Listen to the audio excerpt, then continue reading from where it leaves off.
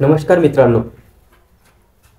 तर सगळ्यात दुःखाची गोष्ट म्हटलं म्हणजे नाशिक जवळचा मालेगाव या ठिकाणी एक सगळ्यात मोठी भयानक गोष्ट घडली.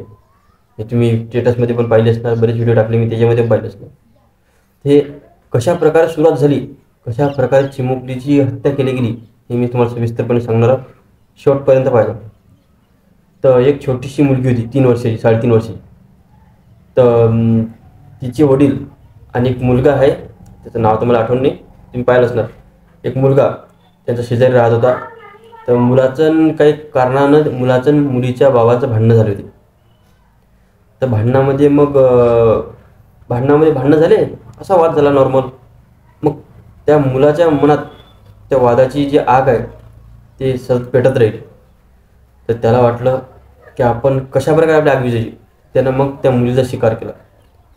तर मग एके दिवशी तो गेला, मुलगी भेटली त्याला असं बाहेर. तर ते म्हणत होता चॉकलेट घे, तुला चॉकलेट पाहिजे का. मुलगी चांगल्या मनानं ती म्हणाली दादा मला चॉकलेट पाहिजे, दे मला. तर तो म्हणाला चल माझ्या घरी किंवा बाहेर कुठेतरी नेलं त्याला. तर नेलं, तिच्यासोबत आली बिचारी, ती खूप क्यूट अशी मुलगी. नाव आहे तिचं यज्ञ. मुलगी गेली आणि नंतर मग जशी त्याच्यासोबत गेली तर त्याचे राक्षसी वृत्ती कामं सुरू केले. त्याचं राक्षस वृत्ती काम करून मन नाही भरलं तर त्यांनी त्या डोक्यावर आणि डोळ्यावर दगडानं मारून तिला मारून टाकलं. कसा निर्दयी माणूस होता तो की एका बाईसारखं काम केलं त्याने. अरे तुझ्या दुश्मनी तिच्या बापासोबत आहे तर तुझ्या बापावर करणं काय अन्याय करायचा आहे. तर त्या लहान चिमुकल्या मुलीनं काय केलं असणार.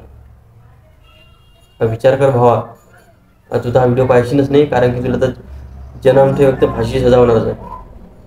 आणि त्याला जर जन्मठेप फाशी सजा झाली नाही यात मी सरकारने पैसा हो समजणार. कारण की अशा माणसाला सजा व्हायलाच पाहिजे.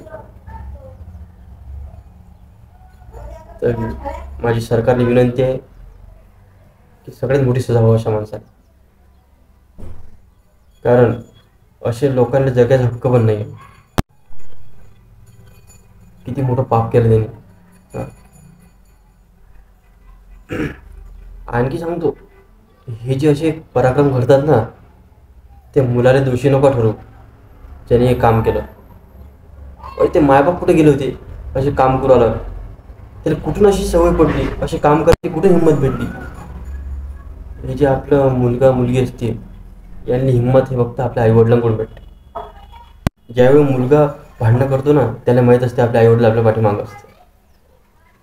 अरे आपल्या आईवडिलांचं काम आहे लक्ष ठेवणं.